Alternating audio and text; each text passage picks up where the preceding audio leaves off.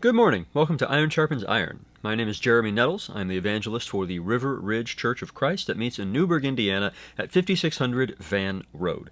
You can find us there for our Sunday morning worship at 10 o'clock every week. I also encourage you to reach out and get in touch with us. You can do so by phone at 812-550-6234 or by email. Send email to info@riverridgechurch.org and we would love to hear from you. Today we are getting a taste of 1 Kings. And what better way to begin than by reading from 1 Kings chapter 16, beginning in verse 8. In the 26th year of Asa, king of Judah, Elah the son of Baasha began to reign over Israel in Tirzah, and he reigned 2 years. But his servant Zimri, commander of half his chariots, conspired against him. When he was at Tirzah, drinking himself drunk in the house of Arzah, who was over the household in Tirzah, Zimri came in and struck him down and killed him in the 27th year of Asa, king of Judah, and reigned in his place. When he began to reign, as soon as he seated himself on his throne, he struck down all the house of Baasha. He did not leave him a single male of his relatives or his friends. Thus Zimri destroyed all the house of Baasha, according to the word of the Lord which he spoke against Baasha by Jehu the prophet, for all the sins of Baasha and the sins of Elah his son, which they sinned, and which they made Israel to sin, provoking the Lord God of Israel to anger with their idols. Now the rest of the acts of Elah and all that he did, are they not written in the book of the Chronicles of the Kings of Israel? The whole book isn't quite like this, but significant portions of it are. It's a rapid fire of just facts and names, and it can be hard to keep them all straight. And very often it will condense vast periods of time into eeny-weeny little bits of text. Most stories follow a natural pattern. First, we will establish setting and characters. A crow had snatched a piece of cheese out of a window and flew with it into a high tree, intent on enjoying her prize. A fox spied the morsel. Setting characters. Then, that done, we lay out the problem, or the goal facing the protagonist. The fox formed a plan to gain the cheese for himself. Exposition of the problem or goal. Then comes the series of events that constitute the bulk of the story most of the time, often called rising action. "Hello, Crow," said the fox. "How beautiful are your wings, and how bright your eyes! How graceful is your neck! Your breast is like the breast of a falcon. Your claws, no, your talons are sharper than those of any beast of the field. What a shame that such a beautiful bird should lack a voice to sing." You can see where this is going, but there's a narrative tension, because you don't know exactly how this will end up, and you have some desire to hear the answer, to resolve your expectations with the quote-unquote truth of the matter. If I finish the story by saying, "Then suddenly the pilot light for the house's water heater ignited the gas that had, unbeknownst to the creatures, been leaking from a badly soldered joint. Flying debris from the massive explosion of the entire house struck and killed both fox and crow. The end." Well, you would say that's probably the worst story I've ever heard, if it's even a story at all. No, instead we expect a meaningful climax and resolution. The crow, pleased with all these compliments and thinking to gain another by surprising the fox with her caw, opened her beak. Down fell the cheese into the waiting jaws of the fox. As he walked away, satisfied with his treat, he remarked to the crow that, while he had praised her beauty, he'd said nothing about her brains. You see, it forms a nice little package. It checks off all the boxes, and it leaves no real loose ends or nagging questions. 1 Kings is not a story. 1 Kings has stories in it, but it's mostly a string of, and then this happened, and then this happened, after which this happened, ad nauseum. It has 22 chapters, and it covers about the years 971 BC to 852 BC. So that's 120 years total. The main chunks of the book are basically a transition of power from David to Solomon. That's the first couple chapters. And then Solomon's reign. That's chapters 3 through, I guess we could say about halfway through chapter 12, depending on where exactly we put the break. Within Solomon's reign, we have sort of mini chapters. There's his wisdom and prosperity in 3 and 4, the temple construction and dedication in about 5 through 9, Solomon's many blessings, also his sin and his rejection by God in about, well, halfway through chapter 9 through halfway through chapter 11, and then finally, after his death, the division of the kingdom into north and south. That would be the latter part of 11 and the early part of 12. After that, picking up in the latter part of 12, comes Jeroboam's reign. That runs just a few chapters through middle of chapter 14. After this is sort of a condensed record of lots of kings along the lines of what we read earlier in chapter 16. And then we get into a narrative about the prophet Elijah and the king Ahab. Within this one, there are also many chapters. 17 through 19 are about Elijah, primarily, and then 20 through the first part of 22 are about Ahab and Jezebel. There's sort of an afterthought about the aftermath after Ahab has died, and it talks about King Jehoshaphat of Judah and King Ahaziah of Israel, who's the son of Ahab, so that's the latter part of chapter 22. And then the book just ends, to be picked up in 2 Kings right where 1 Kings left off. So that gives us basically 4 main stories. We've got Solomon's rise, and then Solomon's reign and fall, Jeroboam's rise and fall, and Elijah and Ahab to round things out. We will begin with Solomon's rise to power, and of course Solomon is succeeding his father David, so we've got some characters, David, Solomon, also Adonijah, who's another son of David, but we could also throw in as some minor characters, Abishag and Bathsheba and Nathan. There are more, but we're not going to list every single one of them. The setting is the city of Jerusalem, which of course is the capital of the kingdom of Israel within the tribe of Judah. And it's in the time period is the end of David's life. The problem is basically set forth in 1 Kings 1, verses 5 through 7. Now Adonijah the son of Haggith exalted himself, saying, I will be king. And he prepared for himself chariots and horsemen and 50 men to run before him. His father had never at any time displeased him by asking, Why have you done thus and so? He was also a very handsome man, and he was born next after Absalom. He conferred with Joab the son of Zeruiah, and with Abiathar the priest, and they followed Adonijah and helped him. But, verse 16, Bathsheba bowed and paid homage to the king, and the king said, What do you desire? She said to him, My lord, you swore to your servant by the Lord your God, saying, Solomon your son shall reign after me, and he shall sit on my throne. And now, behold, Adonijah is king, although you, my lord the king, do not know it. He has sacrificed oxen, fattened cattle, and sheep in abundance, and has invited all the sons of the king, Abiathar the priest, and Joab the commander of the army, but Solomon your servant he has not invited. And now, my lord the king, the eyes of all Israel are on you to tell them who shall sit on the throne of my lord the king after him. Well, you can certainly see the problem and the rough direction in which things are headed. There's a pretty short cycle of rising action. David issues a command, Solomon is anointed king in a competing parallel ceremony across town from Adonijah's with some signs of David's approval.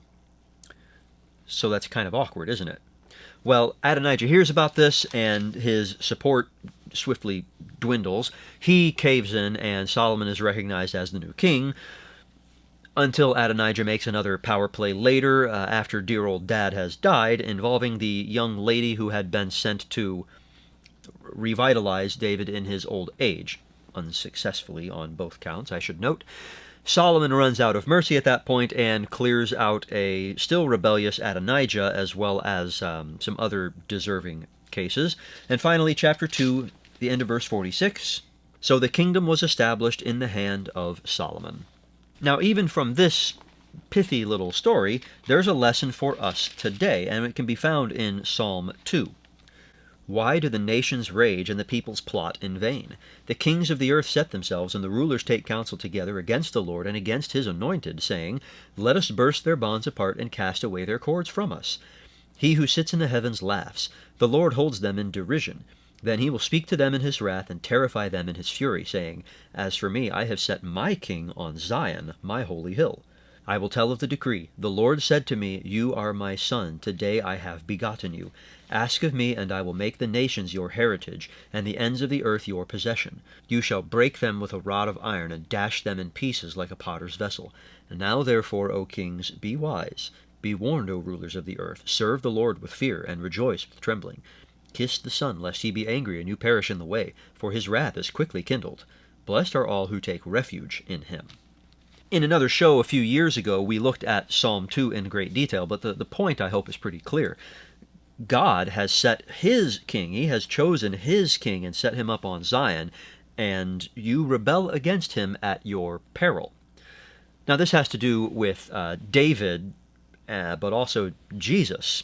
It applies to Solomon as well. In fact, I tend to think that it has rather a lot to do with Solomon, but really we're more concerned with Jesus, who is the ultimate king set up on Zion, God's holy hill. It's a very bad idea to rebel against God's chosen king. You might think that you have the strength or the brains or the support, but none of that matters if you are opposing God. It never ends well. Next story, Solomon's reign. Now, we already know the characters and the setting, sort of. This one is a tragedy, which is to say it's the story of the protagonist's self-induced downfall.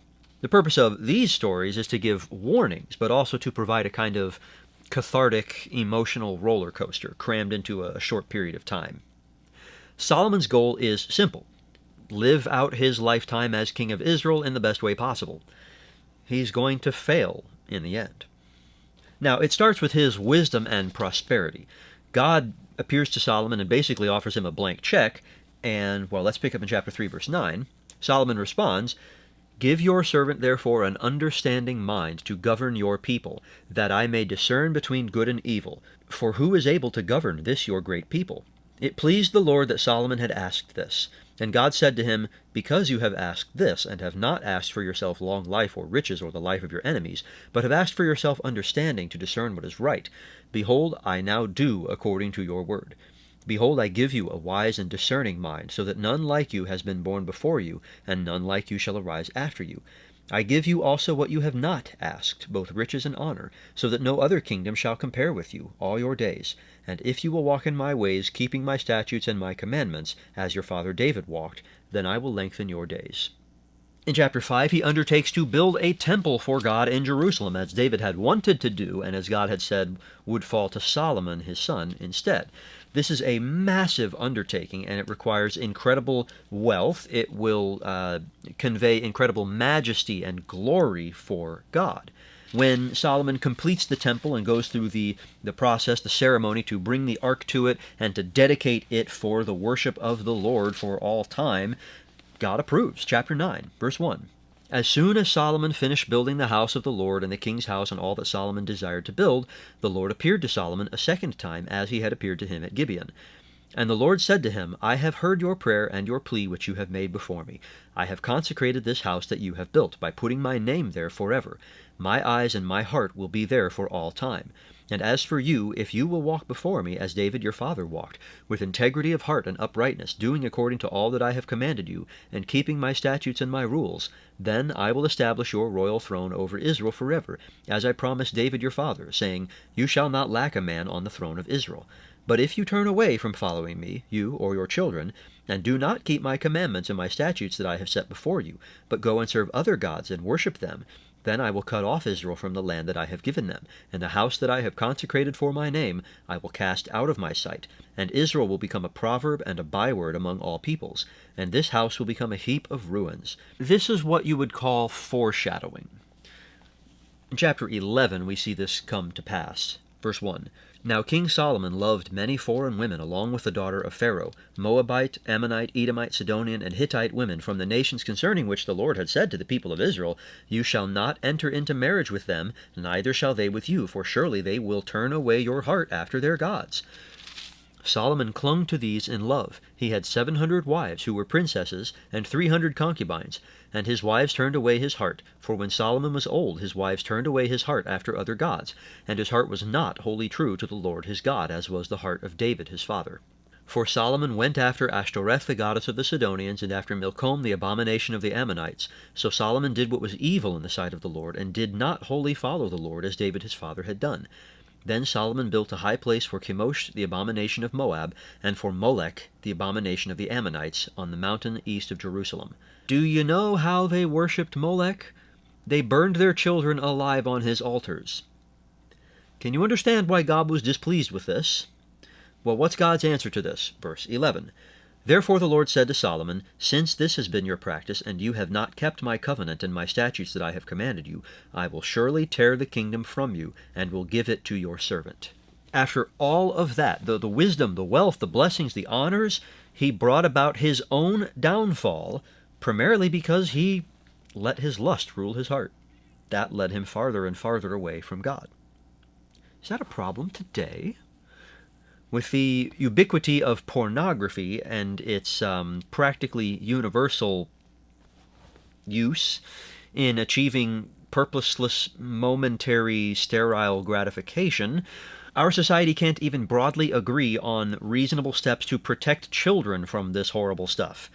It's obvious that societal morals have decayed at an unbelievable rate, coinciding exactly with the easy availability of internet porn. I'm not saying that's the single problem that needs fixing and everything else will be peachy keen if it is banned, but in terms of efficiency, it's right up there at the top of the list of the most straightforward and far-reaching societal benefits available. I could say a lot more about this topic, but we're, getting off the point. There was no human authority there to deny Solomon the fulfillment of his lusts. And since he didn't tame those lusts on his own, they ended up in charge of him. Don't let that happen to you. We could talk about self-control, but we don't have much time for that today. Instead, let's move on to the next story, Jeroboam's reign. This is actually fairly similar to Solomon's, but it's abbreviated into just a couple of chapters. It's another tragedy. The setting is established surrounding Solomon's death and the fulfillment of God's prediction. Chapter 12, verse 20. And when all Israel heard that Jeroboam had returned, they sent and called him to the assembly, and made him king over all Israel. There was none that followed the house of David, but the tribe of Judah only. But the problem is that this is one nation now divided into two kingdoms. Jump forward to verse 25. Then Jeroboam built Shechem in the hill country of Ephraim and lived there. And he went out from there and built Penuel. And Jeroboam said in his heart, now the kingdom will turn back to the house of David. He's worried that he's going to lose his kingdom. He doesn't like that idea. It was given to him by God, as he had promised and predicted through his prophet. But Jeroboam fails to trust that God is going to follow through and make his reign secure. Now, Israel, although divided, still has the law of Moses. Let's look at one randomly selected portion of that in Deuteronomy 12, verses 10 through 14. But when you go over the Jordan and live in the land that the Lord your God is giving you to inherit, and when he gives you rest from all your enemies around, so that you live in safety, then to the place that the Lord your God will choose to make his name dwell there, there you shall bring all that I command you, your burnt offerings and your sacrifices, your tithes and the contribution that you present, and all your finest vow offerings that you vow to the Lord. And you shall rejoice before the Lord your God, you and your sons and your daughters, your male servants and your female servants, and the Levite that is within your towns, since he has no portion or inheritance with you. Take care that you do not offer your burnt offerings at any place that you see, but at the place that the Lord will choose, in one of your tribes. There you shall offer your burnt offerings, and there you shall do all that I am commanding you. But Jeroboam, on the other hand, verse 27 back in 1 Kings 12, says, if this people go up to offer sacrifices in the temple of the Lord at Jerusalem, then the heart of this people will turn again to their Lord, to Rehoboam king of Judah, and they will kill me and return to Rehoboam king of Judah. It's understandable that he's worried here, but, unless God said differently, the law is the law, right? And Jeroboam had to make a decision. And he did. Verse 28. So the king took counsel and made 2 calves of gold. And he said to the people, you have gone up to Jerusalem long enough. Behold, your gods, O Israel, who brought you up out of the land of Egypt. This is exactly, word for word, jot for jot, tittle for tittle, what Aaron said about the golden calf he had fashioned while Moses was on Mount Sinai getting the law, the pattern for the tabernacle in that case. You would think that an educated, competent leader would know how that previous episode in Israelite history turned out. If you don't remember, then go read Exodus 32 when the show is over. Verse 29. And he set one in Bethel, and the other he put in Dan. Then this thing became a sin, for the people went as far as Dan to be before one. God is exactly as happy about this as you would think, and so chapter 14, verse 7, Thus says the Lord, the God of Israel, Because I exalted you from among the people, and made you leader over my people Israel, and tore the kingdom away from the house of David, and gave it to you, and yet you have not been like my servant David, who kept my commandments, and followed me with all his heart, doing only that which was right in my eyes, but you have done evil above all who were before you, and have gone and made for yourself other gods and metal images, provoking me to anger, and have cast me behind your back. Therefore, behold, I will bring harm upon the house of Jeroboam, and will cut off from Jeroboam every male, both bond and free in Israel, and will burn up the house of Jeroboam as a man burns up dung until it is all gone. So after a good start, Jeroboam ruined his own life and his own legacy. And it ends in chapter 14, verse 19 and 20. Now the rest of the acts of Jeroboam, how he warred and how he reigned, behold, they are written in the book of the Chronicles of the kings of Israel. And the time that Jeroboam reigned was 22 years, and he slept with his fathers, and Nadab his son reigned in his place. His reign ends with no fanfare at all. Now, from a human perspective, he actually seems to have done pretty well. I mean, he established a new kingdom. He rose from a petty organizer to being king. He had God's blessing. He established a dynasty, although brief. He remained an independent king for his life, which is no small achievement. But we saw the judgment that God had passed. And it's not just about this life either. This is a reminder, don't judge by appearances, but judge with right judgment. Look to the unseen, eternal realm, not only the visible and transient present. That brings us to the final story of 1 Kings, Elijah and Ahab and Jezebel. In chapter 17, Elijah explodes onto the scene, beginning in verse 1. Now Elijah the Tishbite of Tishbe in Gilead said to Ahab, As the Lord the God of Israel lives, before whom I stand, there shall be neither dew nor rain these years, except by my word. And the word of the Lord came to him, Depart from here, and turn eastward, and hide yourself by the brook Kerith, which is east of the Jordan. You shall drink from the brook, and I have commanded the ravens to feed you there. So he went and did according to the word of the Lord. He went and lived by the brook Kerith that is east of the Jordan. During this time, Elijah also helps a widow and her son. He confronts Ahab about his sin. We can read about that in chapter 18, verse 17. When Ahab saw Elijah, Ahab said to him, Is it you, you troubler of Israel? And he answered, I have not troubled Israel, but you have, and your father's house, because you have abandoned the commandments of the Lord, and followed the Baals. Now therefore send and gather all Israel to meet me at Mount Carmel, and the 450 prophets of Baal, and the 400 prophets of Asherah, who eat at Jezebel's table.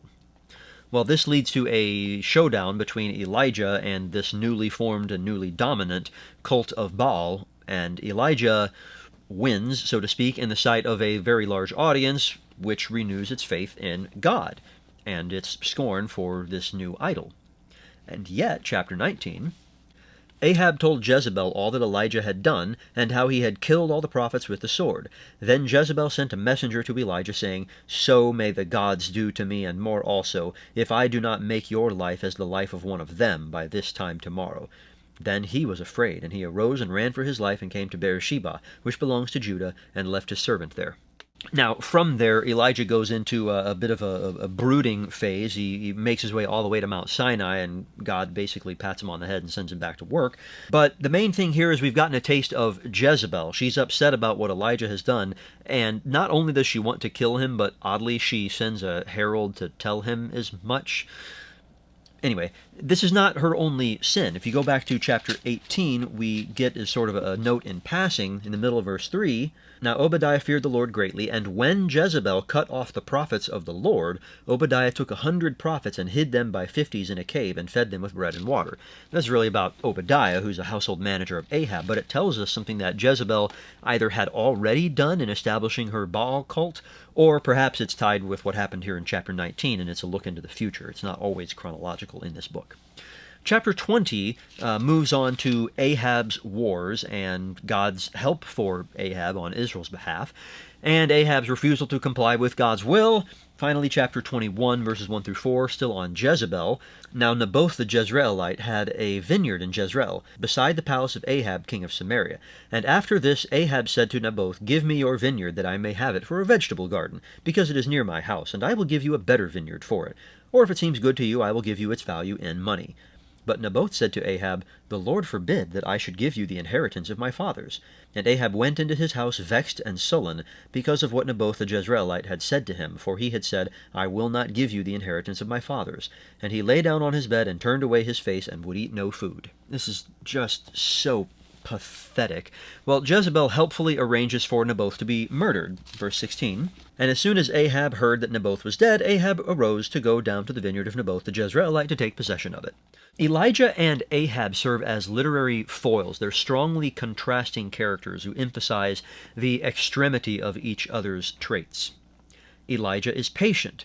Ahab is rash. Elijah is steadfast. Ahab is a leaf in the wind. Elijah is a wilderness-dwelling brute. Ahab is a soft, city-dwelling weakling. He pouts until his wife gives him what he wants. Elijah is a good man. Ahab is an evil man. Elijah is admirable. Ahab is to be scorned. They have opposing goals. Ahab's is to please himself, and Elijah's is to bring the nation back into God's fold. Neither actually gets everything that he wants, but on balance, Elijah is the clear winner. It's not, of course, a one-to-one correlation with this life. Back to Jeroboam's story for that, I suppose. But often, God brings the wicked man's evil back on his own head, starting in this life. And that certainly happens with Ahab.